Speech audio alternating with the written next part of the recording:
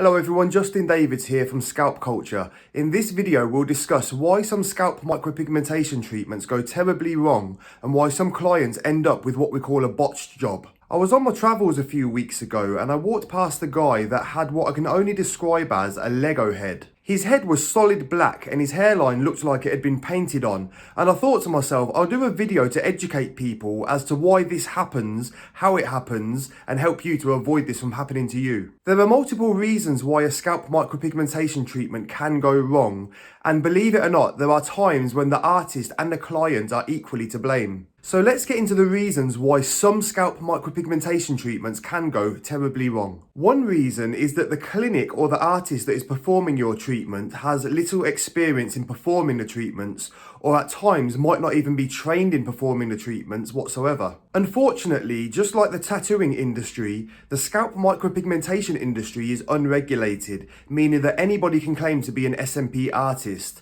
whereas they might not actually have any experience in performing treatments whatsoever. Many people think that performing a scalp micropigmentation treatment is as easy as just putting dots on a scalp. But in reality, having the ability to create perfect hair-like impressions and natural hairlines to give a customer the look of a full shaven head of hair is more complex than it looks. Imagine if you was thinking about having a tattoo and the person doing your tattoo had no experience in tattooing whatsoever, but they said, how difficult can it be to draw an image on somebody? You'd probably run a mile. It's the same with scalp micropigmentation. Your chosen artist should be able to show that they can produce natural results over and over again. Some people may assume that a good tattoo artist or a good permanent makeup artist will be suitable to perform their scalp micropigmentation treatment because they are great in their own specific skill. But scalp micropigmentation is different to a regular tattoo and permanent makeup, and the person who is performing your treatment should be specifically trained and experienced in performing scalp micropigmentation treatments. For example, I'm a scalp micropigmentation artist,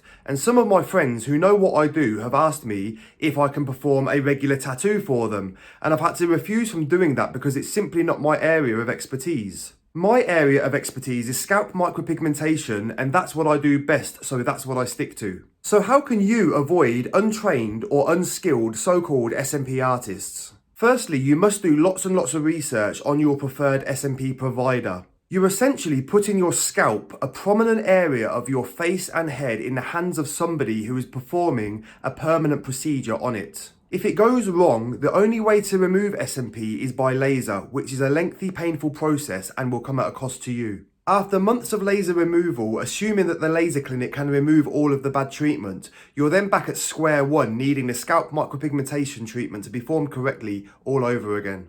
Not to mention the embarrassment that it can cause having the bad treatment on your scalp and trying to disguise it. Sometimes it might not even be possible to hide the bad treatment, for example by wearing a hat, especially if you're at places of work where you can't wear a hat. The fact of the matter is that just like in any industry, the scalp micropigmentation industry also has some cowboys and some cowgirls that will happily take your money and give the treatment a go. Who knows, they might even believe in themselves that they can perform the treatment to a high standard, but unfortunately in reality they can't. Now I'm going to be completely honest here, so please don't take offence at the following discussion, but I'm saying what I'm saying to help you as a customer to get a great end result and avoid having a bad treatment, as well as improve the SMP industry as a whole. As I said earlier, sometimes a bad scalp micropigmentation result can be the fault of a SMP provider as well as the client. What I mean by this is there are times when a perfectly capable SMP artist has performed the treatment to a high standard and the treatment is finished and complete and looks fantastic.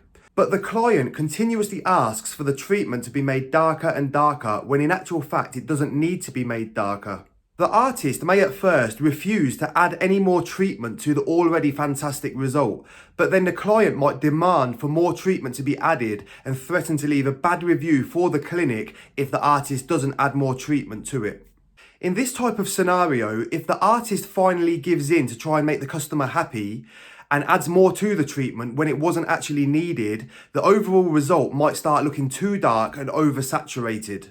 When this happens, believe it or not, in some cases, the client is actually happy with the result, whereas anybody else can see that it's actually a hair tattoo, it's too dark and it's oversaturated, which is not the purpose of scalp micropigmentation. The purpose of the SMP treatment is to give you the look of a full, natural head of hair that is undetectable to anybody else. When having a scalp micropigmentation treatment, nobody should be able to tell that you've actually had the treatment. What can happen sometimes also is that the client might request for the treatment to be made darker and darker. The artist has given in and made it darker for the client to keep them happy. And as time goes on, the client's friends are pointing out that the treatment looks too dark, looks too obvious, or looks too oversaturated. And then eventually the client's frame of mind comes around to believing that actually it is too dark, and then they might blame the clinic for the result. So how do I know all of this? Well, firstly, because at Scalp Culture, we've corrected many bad treatments that people have had at other less reputable SMP clinics. And secondly, because we have a large group on Facebook called the World Scalp Micropigmentation Forum. I'll link to it in the comment section below. And in that group, we see lots of discussions happening on a daily basis in the SMP industry, especially topics such as the one we're describing here.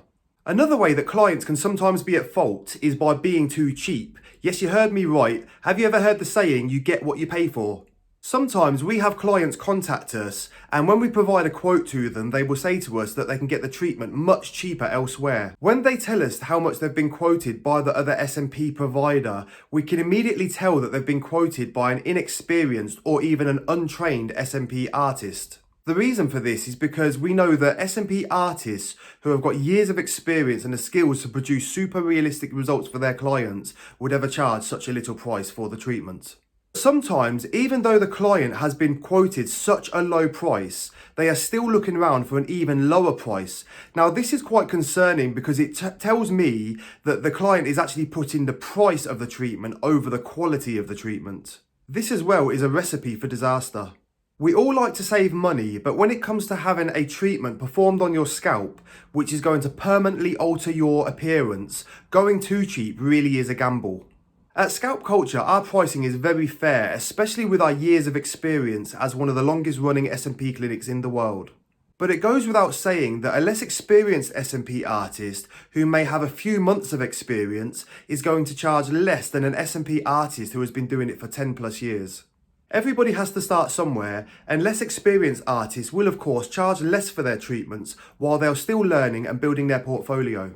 Now, another reason why scalp micropigmentation treatments can go terribly wrong is because some inexperienced artists or untrained artists are using the completely wrong equipment. No matter how great the artist's technique may be, if they're using the wrong equipment or low quality equipment, mistakes can happen. In that case, no matter how great the artist's technique is, the treatment can still go wrong and the results can still look terrible because the needle is incorrect. So this is another discussion that I see around on the internet. Reputable SMP clinics will use high quality equipment. At Scalp Culture, we use Icon SMP equipment, which has been used for many, many years in the SMP industry and has proven itself to produce fantastic results. There are always new products coming onto the SMP market, such as new needles and new pigments. And I'm not one to say that I don't like change because I am all for innovation. But when it comes to performing a permanent procedure on our clients, we stick to what we know works best because we're never going to put our clients at any type of risk whatsoever.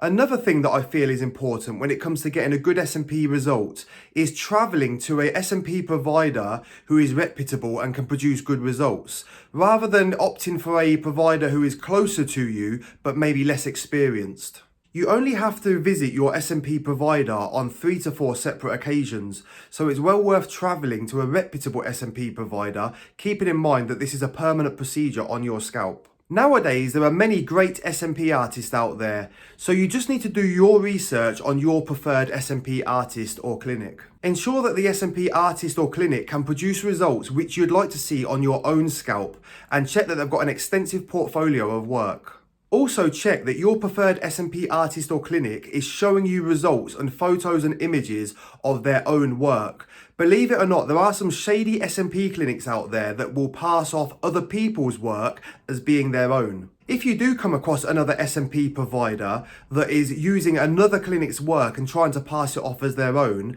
you need to ask yourself, why are they doing that? Or better yet, you can ask them why they're doing that. If their work is up to a high standard, they would be able to show you their own work. Something I think is important to remember as well is that when you search in Google, you are shown what you searched for. So if you go onto Google and search for bad SMP results, Google will show you bad SMP results. This is not a reflection of the fantastic work produced by reputable SMP providers. I understand that the information in this video is quite frank and honest, but I feel like it's really important for me as an SMP artist to educate clients just to help you guys get the best results from your SMP treatment. I hope you're getting some good advice from this video, and if you are, please give the video a like and subscribe to the Scalp Culture YouTube channel for future videos similar to this.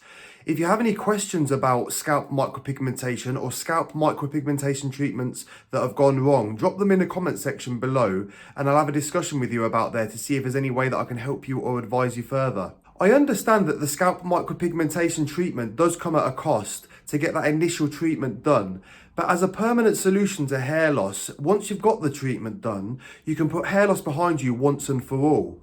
So I recommend that you have your treatment done with a reputable SMP provider, just so that you're not sorry later on. You may need touch-up sessions every few years, and we've covered this in other videos. You know, some people might need touch-ups every 4 years, for others it might be over 6 years, and others they might never need a touch-up. But touch-up sessions are nothing like the initial treatment. It's just about refreshing your treatment every so many years just to keep it looking fresh. Your initial treatment is never going to disappear, so therefore I see scalp micropigmentation as a one-off cost. I hope this video has helped somebody out there today. I do have a lot of knowledge when it comes to scalp micropigmentation because I've been in the industry a very, very long time, since its near beginning in fact.